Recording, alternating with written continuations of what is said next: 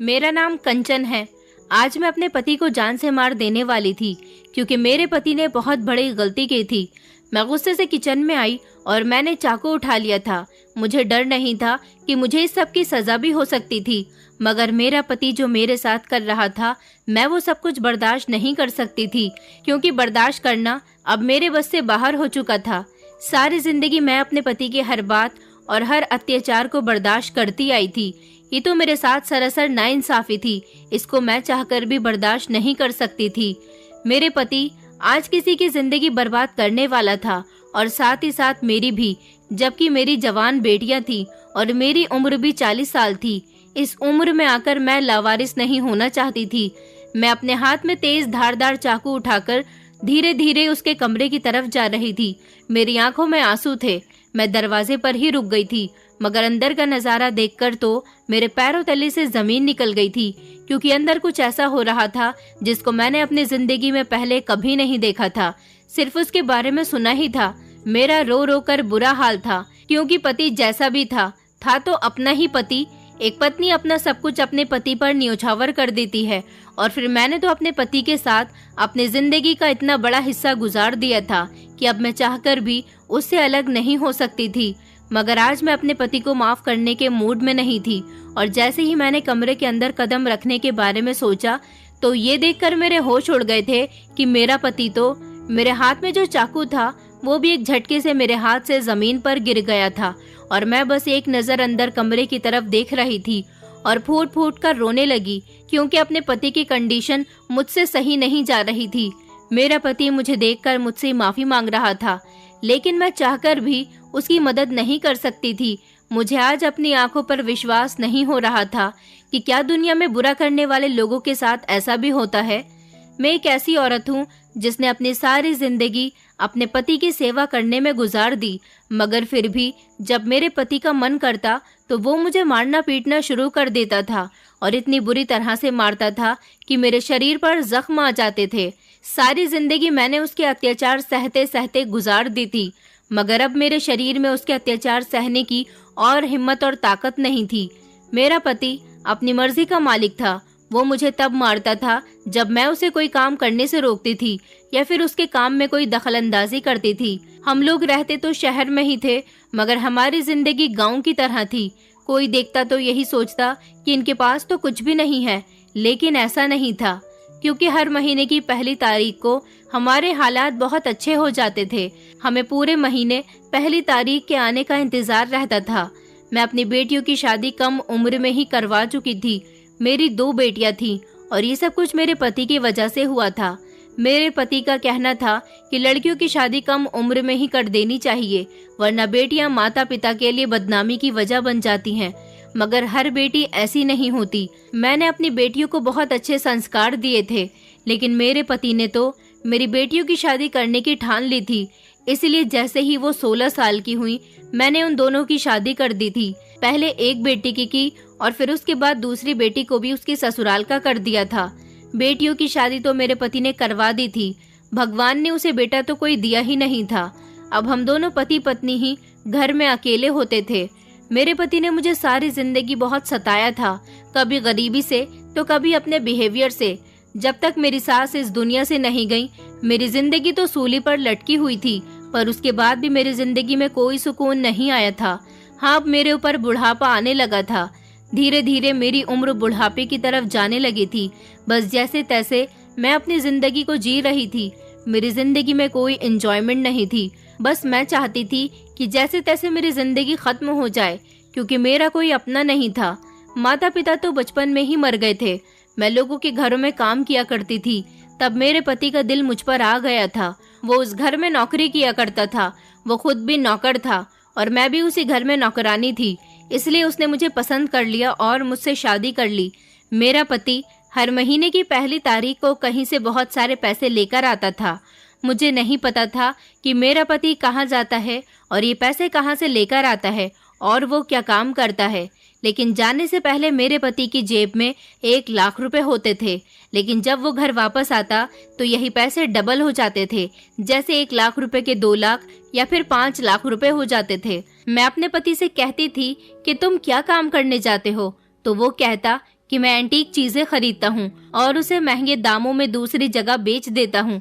लेकिन आज ही मुझे हमारे पड़ोस में रहने वाले एक लड़के ने बताया कि आपका पति कोई गैर कानूनी काम करता है। मुझे उस लड़के की बात समझ नहीं आई थी कि मेरा पति किस तरह का गैर कानूनी काम करता है। तो उसने मुझे बताया कि मैंने आपके पति को एक ऐसा काम करते हुए देखा है जिसके बारे में सुनकर आपके होश उड़ जाएंगे। उसने बताया कि आपका पति 10 से लेकर 15 साल तक के बच्चों को किडनैपर से खरीदता है, जो बच्चों को किडनैप करते हैं और फिर उनके शरीर के कुछ अंग निकालकर उन्हें महंगे दामों में बेच दिया जाता है। ये सारा काम आपका पति अकेला नहीं बल्कि उनका पूरा गैंग है जो इस काम में शामिल है। इस 10 से 15 साल तक की उम्र के बच्चों में लड़के और लड़कियां दोनों ही शामिल होते हैं। इस काम में उन्हें बहुत सारा प्रॉफिट होता है। आपका पति पहले किसी बच्चे को किडनैपर से पैसे देकर खरीद लेता है और फिर उसके बाद उनको बेहोश करके उनके शरीर से अंग निकाले जाते हैं और फिर उन्हें बेचकर इन लोगों को पैसे मिलते हैं। ये लोग बच्चों को इस तरह से मार देते हैं। इस तरह आपका पति भी काफी बच्चों की जान ले चुका है। इस लड़के की बात सुनकर मेरे सच में होश उड़ गए थे। ये बात तो मैं भी 1 साल से देख रही थी कि मेरा पति घर से पैसे लेकर जाता था और जब घर आता तो उनको डबल करके लाता था। मुझे उस लड़के की बात पर पहले तो यकीन नहीं आया क्योंकि मैं अपने पति पर इतनी जल्दी शक नहीं कर सकती थी, मगर फिर उसने कहा कि मैं आपको ये सब अपनी आंखों से दिखा सकता हूँ, क्योंकि जिस अस्पताल के डॉक्टर के साथ आपका पति मिला हुआ है मैं वहीं पर वार्ड बॉय की नौकरी करता हूँ और मैंने आपके पति को कई बार अस्पताल में आते जाते हुए देखा है। मैंने उस लड़के से कहा, क्या तुम मुझे अपने साथ लेकर चल सकते हो, क्योंकि मैं अपनी आंखों से देखना चाहती हूँ। उसने मुझसे कहा, हाँ क्यों नहीं, आप मेरे साथ अभी चलो। मैं अपने घर से निकल गई थी। वहां जाने के बाद मैंने देखा कि मेरा पति एक अस्पताल के कमरे में डॉक्टर को किसी मासूम बच्चे को बेचने लाया था और ये सब लोग आपस में पैसे की बातें कर रहे थे। यहाँ पर और भी लोग थे जो बच्चों को लेकर आए थे। इसका मतलब ये था कि इस अस्पताल के काफी सारे डॉक्टर भी इस गैंग का हिस्सा थे, क्योंकि डॉक्टर ही तो ऐसे लोग थे जो बॉडी पार्ट्स निकालकर दूसरे अस्पताल को महंगे दामों में बॉडी पार्ट्स बेच दिया करते थे और अपने ही पैसों में से बचे हुए थोड़े से पैसे मेरे पति को भी दे दिया करते थे। आजकल वैसे भी शहर में बहुत सारी खबरें उड़ रही थी कि बहुत बच्चे गायब हो रहे हैं। बच्चों को ज्यादा घर से बाहर निकलने न दें या फिर कोई ना कोई पेरेंट्स उनके साथ निकले। ये वही लोग थे जो बच्चों को किडनैप कर रहे थे। आखिर उनके साथ इतना गलत किया जा रहा था। इन बच्चों के शरीर के जरूरी अंग निकालकर बेचे जा रहे थे और इनका व्यापार किया जा रहा था। इस सब में मेरा पति भी शामिल था, लेकिन मेरा पति हर महीने में एक बार 1 तारीख को एक बच्चे को खरीदकर अस्पताल में बेचकर आता था। यही वजह थी कि हर महीने की 1 तारीख को हमारे पास बहुत सारे पैसे होते थे, मगर मेरा पति तो कहता था कि वो किसी एंटीक चीजों को खरीदकर महंगे दामों में बेचता है, तभी उसे प्रॉफिट होता है। इसका मतलब ये था कि मेरा पति मुझसे झूठ बोलता था। मेरा पति शुरू से ही ऐसा नहीं था, बल्कि पिछले 1 साल से वो ऐसा कर रहा था। इससे पहले वो किसी बंगले में नौकर का काम किया करता था। जब से मेरी शादी उसके साथ हुई थी और मेरी 2 बेटियां हो गई थी, उसके बाद से ही मैंने तो लोगों के घरों में काम करना छोड़ दिया था, मगर वो लगातार किसी न किसी के घर में काम करता ही था। कभी किसी के बंगले में तो कभी किसी के घर में चौकीदार की नौकरी कर लिया करता था। जब से मेरी 2 बेटियों की शादी हुई थी तब से ही उसने ये काम करना शुरू किया था। ये सब कुछ मुझे आज इस लड़के की वजह से पता चल गया था। मैंने इस लड़के से हाथ जोड़कर रिक्वेस्ट की थी कि ये बात हमारे मोहल्ले में किसी को पता ना चले, वरना मोहल्ले के लोग हमें पुलिस के हवाले कर देंगे। ये लड़का मेरी बेटी से प्यार करता था। मैं तो इसकी शादी अपनी बेटी से करवाना चाहती थी, मगर मेरा पति तैयार नहीं हुआ था और इसको ये बात अच्छी तरह से पता थी कि मैं तो इसके साथ अपनी बेटी की शादी जैसे तैसे करवाना ही चाहती थी। वो लड़का मुझसे कहने लगा, अब आपको घर चले जाना चाहिए, क्योंकि जो इंसान पहले ही गलती पर होता है, जब उसकी गलती पकड़ी जाती है तो वो इल्जाम औरत पर लगा देता है। इसलिए आप यहाँ से चली जाओ। मैं आपको बता दूंगा कि इसके बाद क्या होता है। मैं बहुत परेशान हो गई थी। वो मेरी बात मान गया था और उसने मुझे भरोसा दिलाया था कि वो मोहल्ले में इस बारे में किसी को भी नहीं बताएगा, मगर मुझे अपने पति को वक्त से पहले ही सुधार लेना चाहिए, वरना आगे चलकर मैं किसी बहुत बड़ी मुसीबत का शिकार हो सकती हूँ। इसका मतलब ये था कि पिछले 1 साल से मेरा पति अपनी इसी पाप की कमाई से घर चला रहा था। न जाने किन किन लोगों के बच्चों की ये जिंदगी बर्बाद कर चुके थे और न जाने कितने ऐसे माता पिता थे जिनसे उनके बच्चों को जुदा कर दिया गया था। मुझे तो पड़ोस वाले लड़के ने यही बताया था कि पिछले 1 साल से मेरे पति का बिजनेस यही है, वो इसके अलावा कोई दूसरा काम नहीं करता। मेरी बेटियों की शादी हो जाने के बाद मेरे पति ने कहा था कि उसे एक बहुत अच्छा काम मिल गया है, एंटीक चीजें खरीदने और बेचने का। वो अब इस काम के बाद वो किसी के यहाँ नौकरी नहीं करेगा, क्योंकि उसको इसी काम में काफी प्रॉफिट होगा। और मैंने अपने पति की बात पर यकीन कर लिया था। तभी तो मैं सोचूं कि मेरा पति लेकर तो 1 लाख रुपए जाता है और घर वापस आता है तो उसके पास 2 लाख रुपए या फिर 5 लाख रुपए होते हैं। इससे ज्यादा घटिया काम और क्या हो सकता था। जब भी मुझे मेरी बेटियों के घर से फोन आते तो वो बेचारी मुझे यही बताया करती थी कि माँ, हम इस घर में बिल्कुल भी खुश नहीं हैं, हमारे दिल को सुकून नहीं है, हमें यहाँ पर आने के बाद कुछ भी अच्छा नहीं लगता। हम लोग अपने ससुराल वालों के साथ कितने भी ज्यादा अच्छा बिहेव क्यों ना करें, मगर ससुराल वाले हमें गलत ही समझते हैं। यहाँ तक कि हमारे पति भी हमारी कोई खबर नहीं लेते। ससुराल वाले हमें छोटी छोटी बात पर तंग किया करते हैं। अपनी बेटियों की बात सुनकर मैं बहुत परेशान हो जाती थी। मेरी बेटियां तो बहुत अच्छी थीं, संस्कारी थीं, सुशील थीं और अपनी ससुराल की गृहस्थी को अच्छी तरह से संभाल रही थीं, लेकिन फिर भी उनके साथ ऐसा हो रहा था।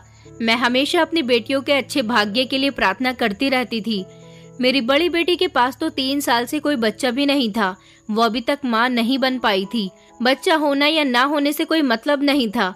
मेरी बेटी के ससुराल वाले फिर भी उसको इज्जत नहीं देते थे। मेरी बेटियों के साथ ये सब कुछ इसलिए हो रहा था क्योंकि मेरा पति दूसरों के बच्चों की जिंदगियों के साथ खिलवाड़ कर रहा था।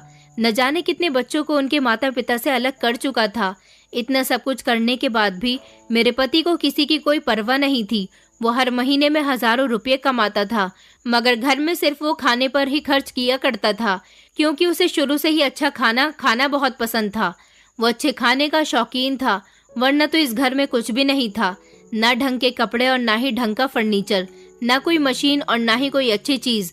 मेरी बेटियों ने भी सारी जिंदगी इस घर में गरीबी में रहकर ही गुजारी है। मेरा पति कहता था कि अब बेटियों की शादी हो गई है तो घर में हम सिर्फ 2 ही लोग तो बचे हैं, इसलिए जरूरत के सामान की अब क्या जरूरत है। जिंदगी जैसे तैसे गुजर रही है, गुजर जाएगी। मैं अपने पति से कहती थी कि हमने अपनी बेटियों की शादी कर दी है, हमें उनके घर पर कभी ना कभी कोई तोहफे या कोई फल फ्रूट्स वगैरह भेजने चाहिए। मेरा पति तो बेटियों के घर पर कुछ भी नहीं भेजता था और ना ही कभी उन्हें अपने घर पर इनवाइट करता था। जब बेटियों की मर्जी होती तो वो खुद ही घर पर आ जाती थी।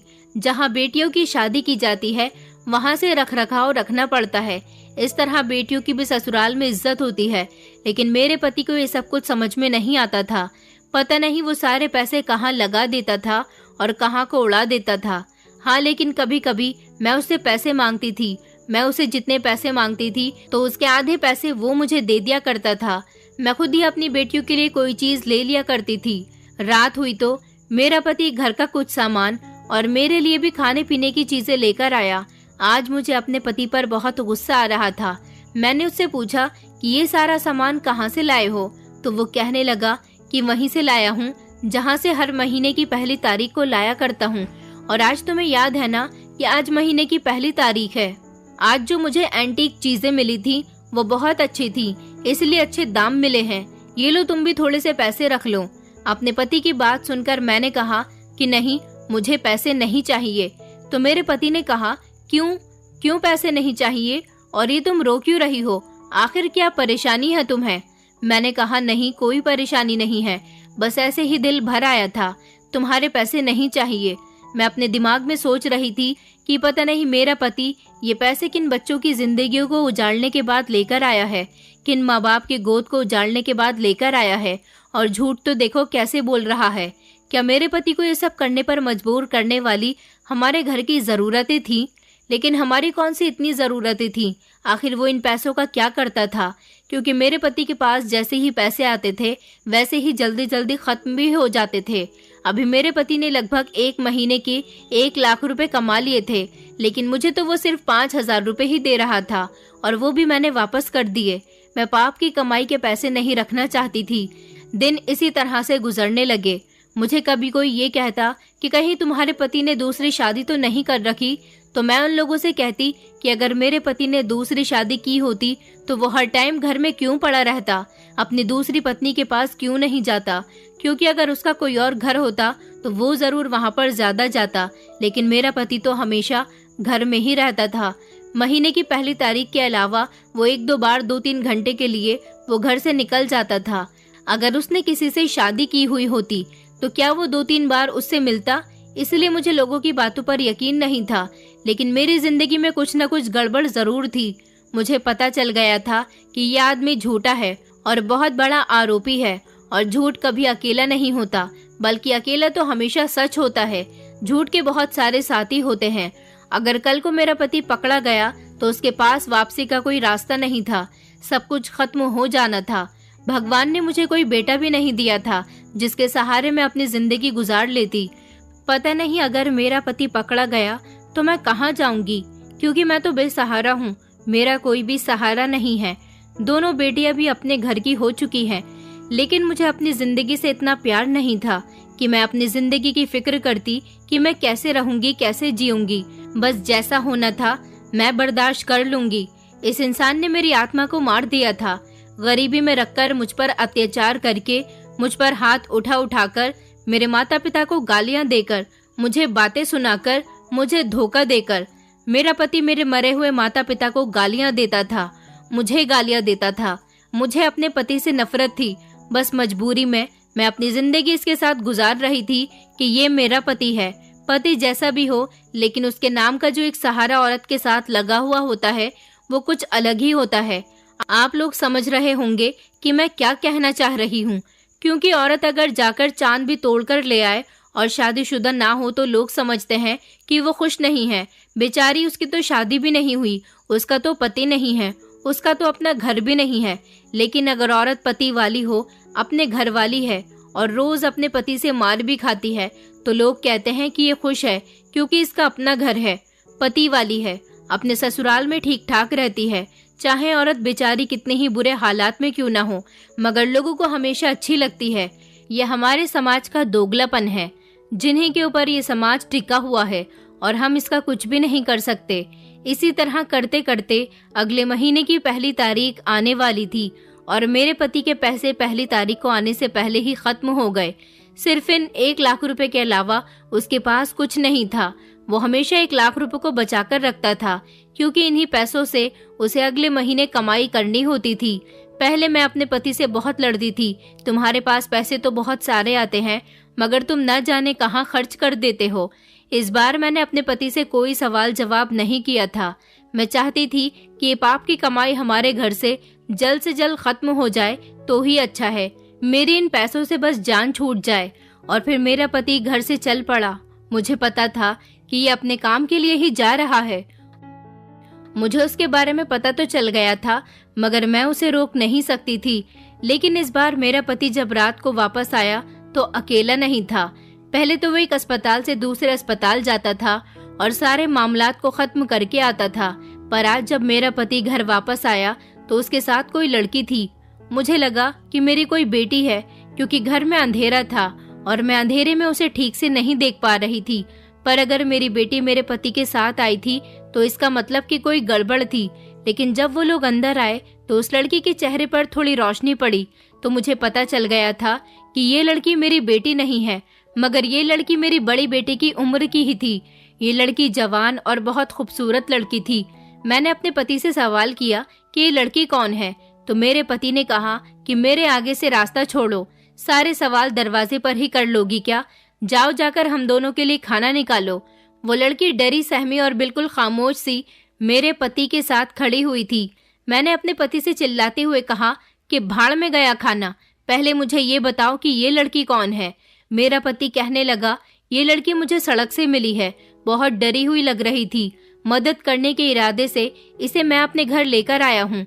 मुझे पता था कि मेरा पति मुझसे झूठ बोल रहा है, क्योंकि उसको लगता था कि मुझे उसकी सच्चाई के बारे में कुछ नहीं पता। मेरा पति इस लड़की को दूसरे वाले कमरे में लेकर चला गया और उससे कहने लगा कि तुम यहाँ पर आराम से बैठो, और मुझसे कहने लगा कि खाना लगा दो।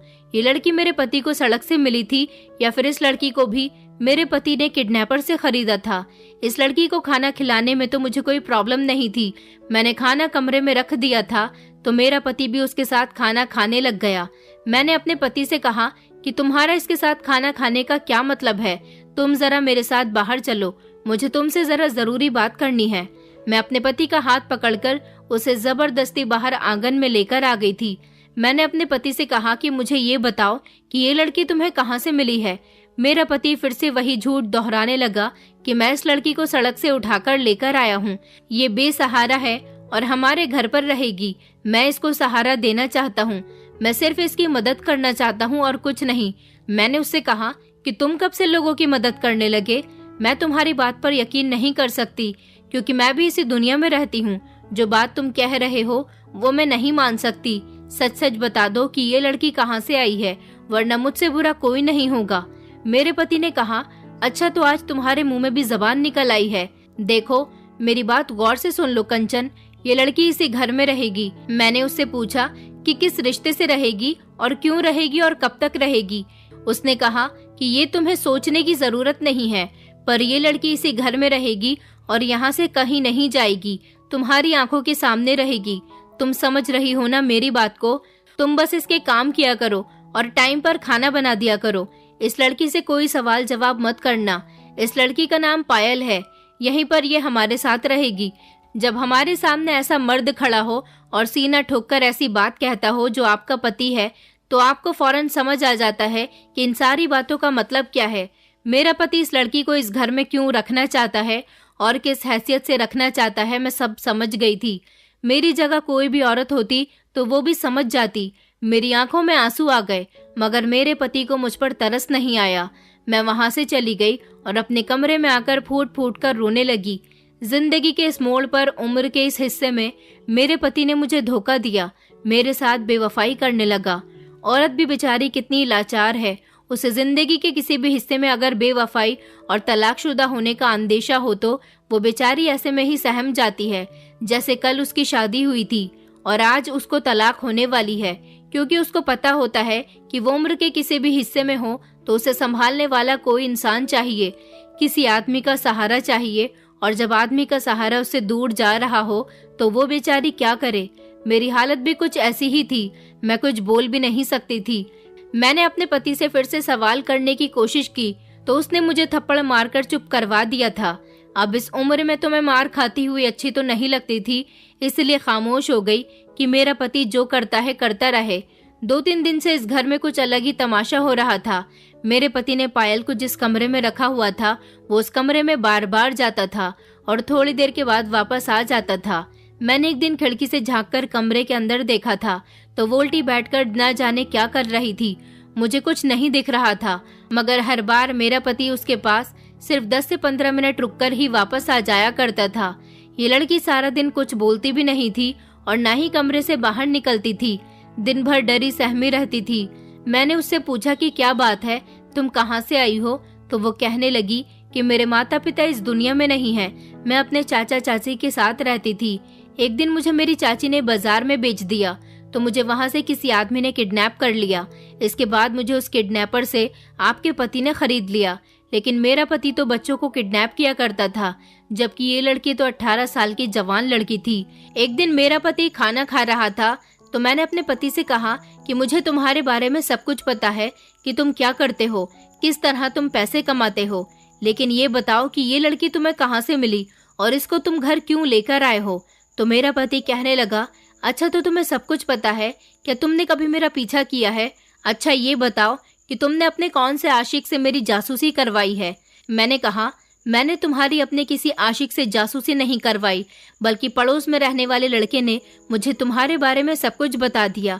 अच्छा हुआ उसने मुझे सब कुछ बता दिया, आखिर मुझे भी तो पता चले कि तुम क्या करते हो। पत्नी हूँ मैं तुम्हारी। ये बताओ मुझे, इस लड़की को यहाँ क्यों लेकर आए हो, जबकि तुम तो बच्चों का व्यापार करते हो? मेरा पति कहने लगा, जो आदमी बच्चों को किडनैप करता है वो इस बार किसी जवान लड़की को किडनैप करके लाया और ज्यादा पैसों के चक्कर में वो मुझे इसे बेचना चाहता था। ये बहुत ज्यादा खूबसूरत थी, इसलिए मेरा इस पर दिल आ गया और मैंने इसे महंगे दाम में खरीद लिया। ये लड़की मुझे पहली नजर में ही अच्छी लग गई, मेरी आंखों को भा गई, जैसे कि कई सालों पहले मुझे तुम भा गई थी और तुम्हें देखकर मैंने तुमसे शादी करने का फैसला कर लिया था। उस समय मुझे क्या पता था कि तुम एक ऐसी औरत निकलोगी कि मेरी जिंदगी को ही बर्बाद कर दोगी। मैंने अपने पति से कहा, जिंदगी किसकी बर्बाद हुई है ये तो वही जानता है जिस पर गुजरी है। ये बातें तो तुम छोड़ ही दो, लेकिन तुम्हें शर्म नहीं आती कि ये लड़की तुम्हारी बेटी की उम्र की है। मेरा पति कहने लगा, तो क्या हुआ, छोटी लड़की से शादी करना तो अच्छी बात है, और ये लड़की वैसे भी बेसहारा है, इस घर में रहेगी तो इसे मेरा सहारा मिल जाएगा। मैंने अपने पति से कहा कि अच्छा, इस लड़की को सहारा देने के लिए तुम्हें सहारे वाली बात याद आ गई, लेकिन उन माता पिता का क्या जो अपने बच्चों को खो चुके हैं। तुम इस लड़की को खरीद कर लाए हो और अब कहते हो कि तुम इससे शादी करोगे, इसे सहारा दोगे। एक बार इस लड़की की भी मर्जी पूछी है क्या ये तुमसे शादी करने के लिए तैयार होगी? क्या तुम जबरदस्ती उसके साथ शादी करोगे? मेरे पति ने अपना चप्पल उठाकर जोर से मेरे ऊपर फेंक कर मारा था ताकि मैं अपनी जबान को बंद कर लूं। निशाना मेरे पति का लग जाता तो शायद मेरे लिए बहुत बड़ा नुकसान हो जाता, लेकिन ऐसा नहीं हुआ। मैं मौके पर बच गई थी। मेरा पति कहने लगा, मेरी मर्जी, मैं जैसा चाहे वैसा करूं, ये मेरा घर है, तुम्हें यहाँ पर रहना है तो रहो, वरना निकल जाओ मेरे घर से। वैसे भी अब तुम्हारी इस घर में कोई जरूरत नहीं है। अजीब बात है, मुझे अपने पति से सारी जिंदगी बहुत नफरत रही थी, क्योंकि मैंने उसे कभी भी प्यार नहीं किया था, क्योंकि उसने शादी वाले दिन से ही मुझ पर हाथ उठाया था। छोटी छोटी बात पर वो मुझे डांटा करता था, लेकिन फिर भी मेरा पति जब इस तरह की बातें करता था तो मेरा दिल भर आता था। औरत का दिल भी कितना अजीब होता है, कभी कभी वो क्यों रो रहा है ये भी नहीं जानता। मेरा पति बार बार पायल के कमरे में जाता था, लेकिन बेसब्र ही वापस आ जाता था। एक दिन तो मैंने अपने पति की आंखें देखकर ही सब कुछ समझ लिया था कि उसके दिल में क्या चल रहा है। बाहर बारिश हो रही थी और बहुत सुहाना मौसम था। मेरा पति उस लड़की के कमरे में चला गया। वो लड़की अभी भी पीठ फेर कर कुछ कर रही थी और मेरा पति शायद उसके फ्री होने का इंतजार कर रहा था। मेरे घर में मैं ये सब कुछ बर्दाश्त नहीं कर सकती थी, और अपने पति को तो किसी दूसरी लड़की के हवाले देखकर मैं बिल्कुल भी इस बात को बर्दाश्त नहीं कर सकती थी। सारी जिंदगी मैंने इस आदमी की खातिर सब कुछ बर्दाश्त किया था, मगर ये नहीं। मैं झूठ नहीं बोलूंगी, मैं इस लड़की को बचाना नहीं चाहती थी। शायद मैं अपने पति को किसी और के साथ नहीं देख सकती थी। यही वो जुनून था जो इस समय मुझ पर हावी हो चुका था। मुझे आज अपने पति पर बहुत गुस्सा आ रहा था, और उसने मेरे साथ अभी तक जितने भी अत्याचार किए थे, मैं उन सब का बदला अपने पति से लेना चाहती थी। मैंने पास रखा हुआ चाकू उठाया और अपने आंसू रगड़े और कमरे की तरफ चल पड़ी, जहाँ पर इस समय मेरा पति और वो लड़की थे। जब मैं कमरे के अंदर गई तो मैंने देखा कि वो लड़की मोमबत्तियों का एक घेरा बनाकर उसके बीच में बैठी हुई है और एक अजीब से ही तंत्र मंत्र का जाप कर रही है, क्योंकि उसका मुंह लगातार चल रहा था। मेरा पति उसके पास खड़ा हुआ उसे बड़ी गौर गौर से देख रहा था। जैसे ही उस लड़की ने आंखें खोल कर देखा, वो उसे गोल घेरे से बाहर निकली और मेरा पति आगे बढ़ा और मैं भी आगे बढ़ी। मैंने सोच लिया था कि मैं आज अपने पति को बताऊंगी कि उसका पाला किससे पड़ा था। मेरी जिंदगी को बर्बाद करने वाले इंसान को आज मैं नहीं छोड़ूंगी। पर इससे पहले कि मैं कुछ भी करती, सामने का नजारा देखकर मेरे होश उड़ गए थे और डर की वजह से मेरे हाथ से चाकू भी एक झटके से गिर गया था। मेरे हाथ पैर थर थर कांपने लगे थे। वो लड़की दोबारा से उस मोमबत्ती के बने हुए गोल घेरे में जाकर बैठ गई थी। उसने जमीन पर बैठकर अपनी पीठ फेर ली थी। वो दूसरी तरफ को बैठ गई थी। मेरा पति उसे पहले तो बड़ी गौर से देखता रहा, लेकिन फिर मेरा पति दर्द से इस तरह से तड़पने लगा था जैसे उस पर आसमान की बिजली गिर पड़ी हो। मेरा पति पागलों की तरह तड़प रहा था। उसकी ऐसी कंडीशन में दूर खड़ी हुई देख रही थी। उसके मुंह से अजीब अजीब सी आवाजें निकल रही थी। मेरा पति जोर जोर से चिल्ला रहा था, चीख रहा था, बार बार मेरा नाम पुकार रहा था कि कंचन कंचन जल्दी आओ, मुझे बचा लो, वरना मैं मर जाऊंगा। मगर मेरे पति के साथ ये सब कुछ क्या हो रहा था? वो आखिर क्यों तड़प रहा था? ये मेरी समझ नहीं आ रहा था, क्योंकि मेरा पति ऐसी कंडीशन में था जैसे किसी इंसान को बिजली के तार का जोर का झटका लगता है। आसपास ना तो कोई तार था और ना ही कोई ऐसी चीज थी जिससे उसको करंट लग सकता। सिर्फ पायल ही मोमबत्ती के गोल घेरे में बैठी हुई थी। मुझे इस बात का भी मतलब समझ नहीं आया था, तो आखिर मेरे पति को क्या हो रहा था? मेरे कदम चाहकर भी अपने पति को बचाने के लिए आगे नहीं बढ़ रहे थे। मेरा पति न जाने इस तरह से क्यों तड़प रहा था। मैं घबरा गई थी।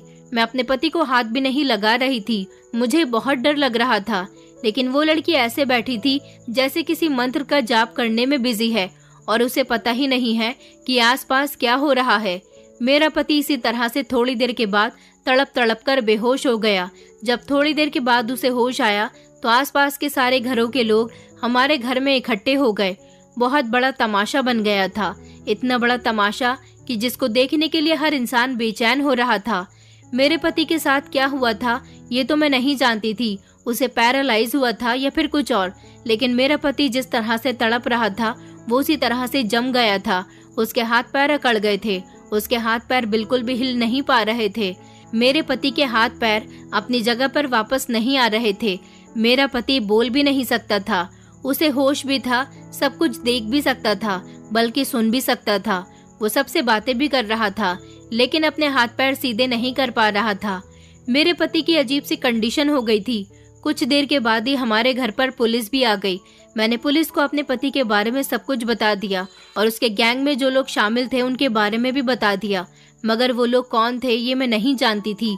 मैंने पुलिस को पायल के बारे में भी बता दिया था और उन बच्चों के बारे में भी जिनका बिजनेस मेरा पति और उनके गैंग कर रही थी। उस लड़की ने भी बयान दे दिया था कि उसे किस तरह से किडनैप किया गया था और किस तरह से मेरा पति उसे खरीदकर यहाँ घर तक लेकर आया था।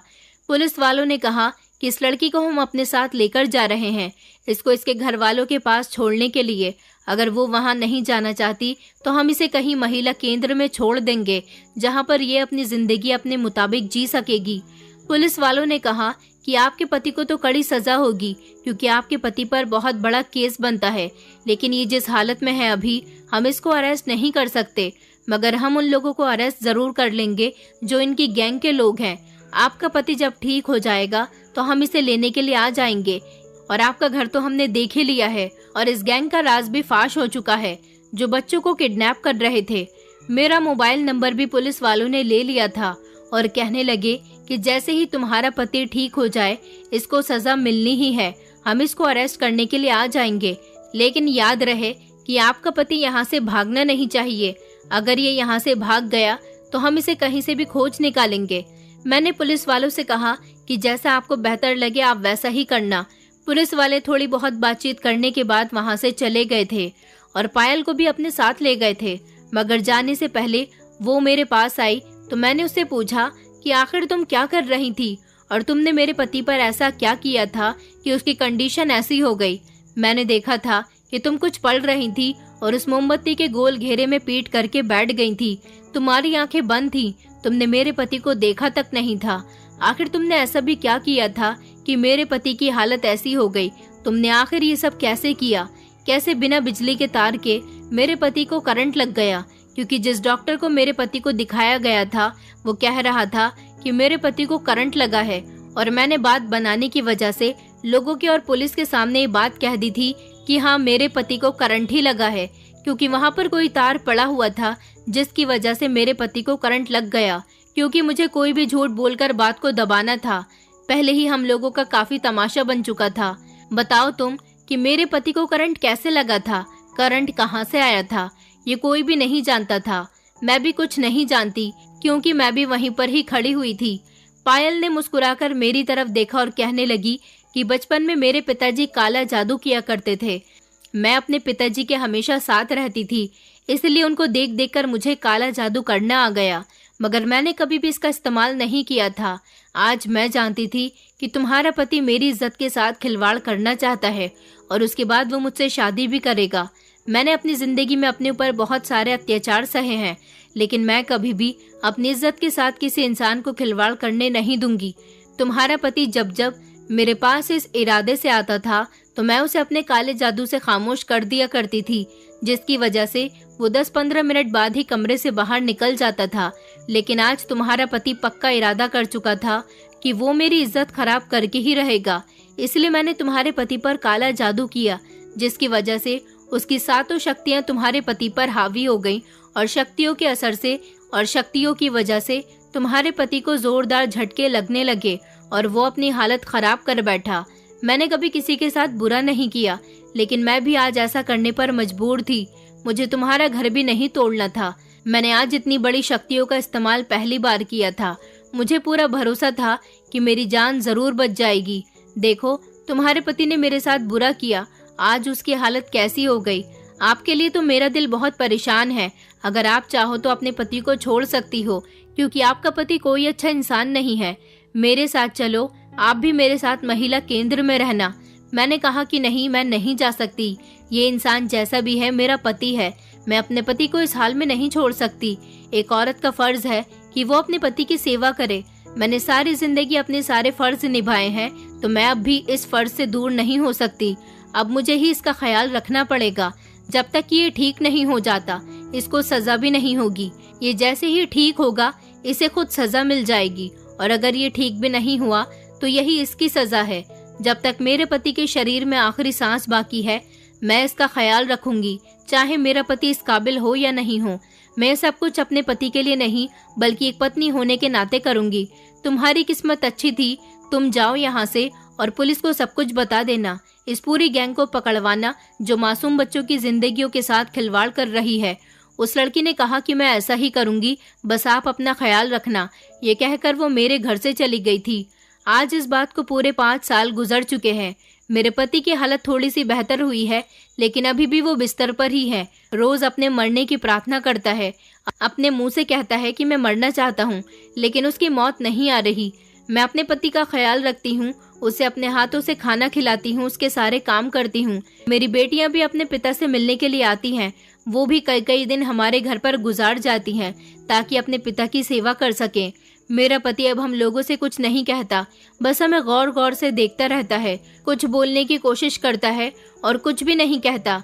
इतना सब कुछ हो जाने के बाद भी मैं अपने पति की मौत की प्रार्थना नहीं करती हूँ, क्योंकि कुछ ऐसा भी है, मेरा पति है, लेकिन उसने जो मासूम बच्चों के साथ किया वो सच में बहुत गलत था।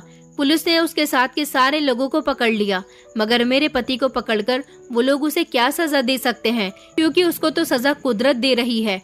मैं आप लोगों से रिक्वेस्ट करती हूँ कि आप लोग मेरे पति के लिए प्रार्थना करें कि वो ठीक हो जाए, या फिर भगवान उसे अपने पास बुला ले, क्योंकि इसके अलावा मैं कुछ और नहीं कह सकती।